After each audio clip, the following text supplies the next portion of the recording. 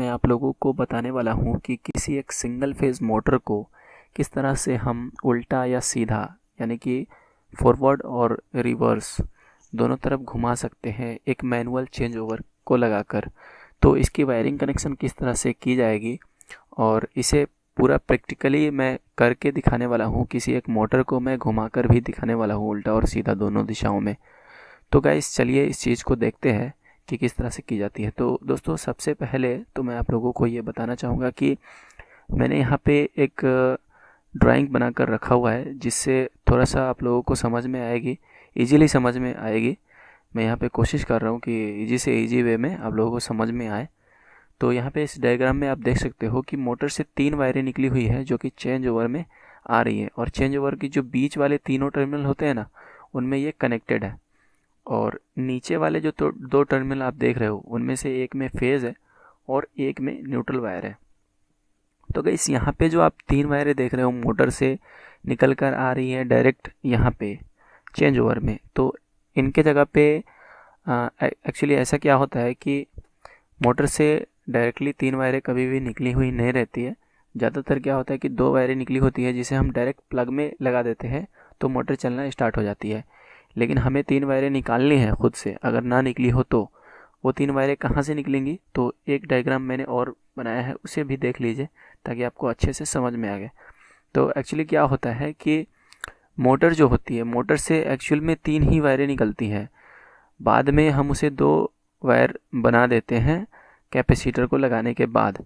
जब हम कैपेसिटर को लगा देते हैं तो एक वायर का कोई काम ही नहीं रह जाता, एक वायर सिर्फ और सिर्फ कैपेसिटर में ही रह जाती है और 2 वायरों को हम लेकर जाते हैं और दोनों वायरों में जब हम फेज़ न्यूट्रल दे देते तो मोटर चलना शुरू हो जाती है, लेकिन वो सिर्फ एक ही दिशा में चलती है। तो अब हम यहाँ पे क्या कर रहे हैं कि दोनों कैपेसिटर के आप देख सकते हो यहाँ पे 3 वायरें निकली मोटर से। एक वायर तो डायरेक्ट चली गई है यहाँ पे जिसमें न्यूट्रल आ जाएगी, और दूसरी वाली जो रेड वायर है वो कैपेसिटर में आ रही है और ग्रीन वायर भी कैपेसिटर में आ रही है।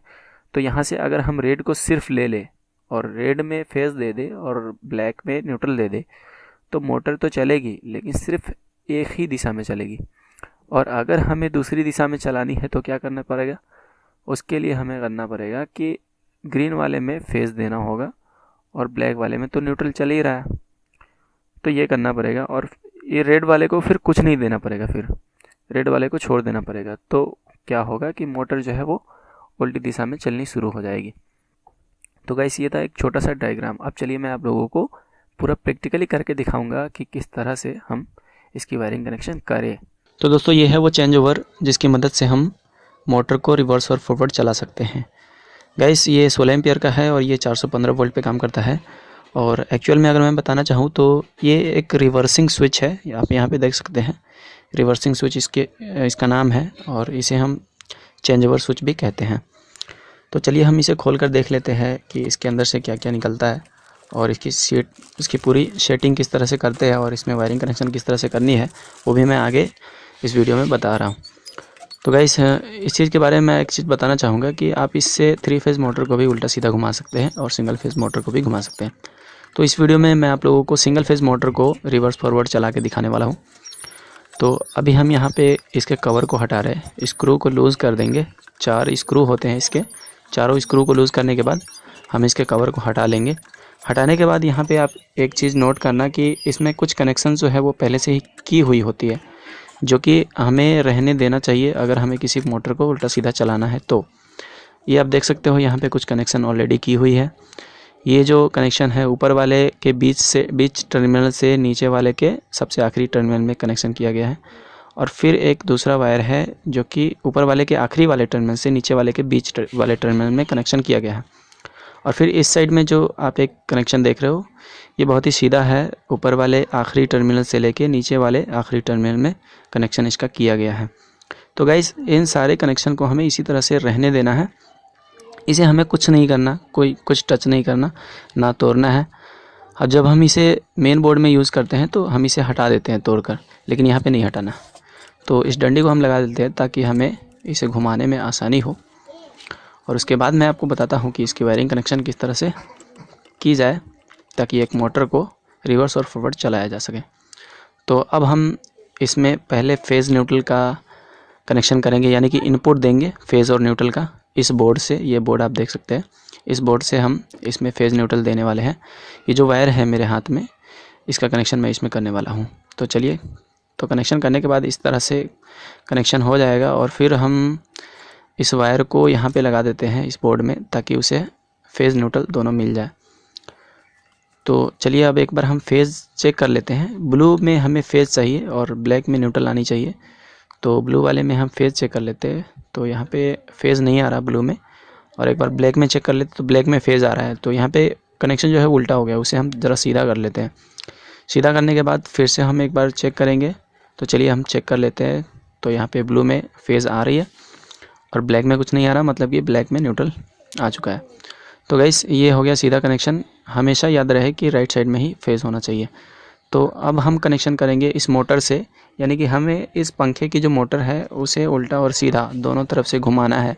तो उसके लिए हम कनेक्शन कर रहे हैं। हमारे पास अभी जो 2 वायर है वो पहले से ही कनेक्शन हुई है, और हमें एक और वायर कनेक्शन करनी है। जैसा कि आपने डायग्राम में देखा था, 2 वायर का कनेक्शन पहले से ही होता है। ये 2 वायर है, एक रेड और एक ब्लैक। ब्लैक वाला तो डायरेक्ट जो कॉइल से आ रही है उससे कनेक्टेड है, लेकिन जो रेड वाला है वो कैपेसिटर से कनेक्टेड है। ये आप देख सकते हो कि हमारे हाथ में 2 छोरे हैं वायरों की। ये जो 2 वायर हैं हमारे हाथ में, ये उन्हीं दोनों वायर की आखिरी वाली छोर है। और ये जो एक्स्ट्रा आप देख रहे हो, इसमें हमें एक और एक्स्ट्रा वायर लगाना है, जो कि ये ग्रीन वायर है। इसे हमने इसमें कनेक्शन देनी है। तो चलिए हम इसमें इसकी कनेक्शन कर देते हैं। तो यहाँ पर हम इसके कनेक्शन को कर देते हैं, और तब जाके हम इन तीनों वायरों का कनेक्शन चेंज ओवर स्विच में करने वाले हैं। आप यहाँ पे देख सकते हो हमारे पास 3 वायर है, ब्लैक, रेड और ग्रीन।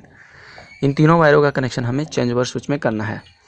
तो जो ब्लैक वाला वायर था उसे हमने डायरेक्ट यहाँ पे न्यूट्रल में कनेक्शन कर देना है, और ये जो 3 वायर, तीनों टर्मिनल देख रहे हो बीच वाले, उसी तीनों टर्मिनल में हमें इनका कनेक्शन करना है। तो एक चीज़ ध्यान रखना है, जो ब्लैक वाला वायर था वो डायरेक्ट कॉइल से निकलती हुई वायर से कनेक्टेड था। तो यहाँ पे हमें उसे न्यूट्रल में कनेक्ट करना है, जो कि सबसे आखिरी वाला टर्मिनल है। तो इसमें हमें न्यूट्रल कनेक्ट कर देना है। और फिर जो 2 वायरें बचती हैं, ग्रीन और रेड, इन दोनों को हमें इन दोनों साइड वाले टर्मिनल में कनेक्ट कर देना है। तो चलिए हम इन तीनों वायरों को इन तीनों टर्मिनल में कनेक्ट कर देते हैं। कनेक्ट करने के बाद मैं आपको बताता हूँ कि आगे किस तरह से हम इसे रिवर्स और फॉरवर्ड दोनों तरह से चलाएंगे। तो ये आप देख सकते हो कि चलिए, तो हमने कनेक्शन कर दिया है, और अब हम उस मोटर को, यानी कि उस पंखे वाली मोटर को रिवर्स और फॉरवर्ड चलाएंगे। ये दोनों फेज़ है, फेज़ न्यूट्रल है, और ऊपर के जो तीनों वायर है वो मोटर से आ रही है। तो चलिए अब हम टेस्ट कर लेते हैं कि हमारा मोटर जो है वो रिवर्स फॉरवर्ड काम कर रहा है या नहीं। तो अभी आप देख सकते हैं कि मोटर जो है वो एक दिशा में घूम रही है, और अब हम इसे बंद करते हैं, और बंद करने के बाद अब हम इसे दूसरी दिशा में घुमा कर देखेंगे। तो उसके लिए हम ऊपर करते हैं चेंज ओवर की नॉब को, और आप देख सकते हो कि मोटर जो है उल्टी दिशा में चलनी शुरू हो गई। तो गाइस, उम्मीद करता हूँ कि आपको अच्छे समझ में आ गया होगा।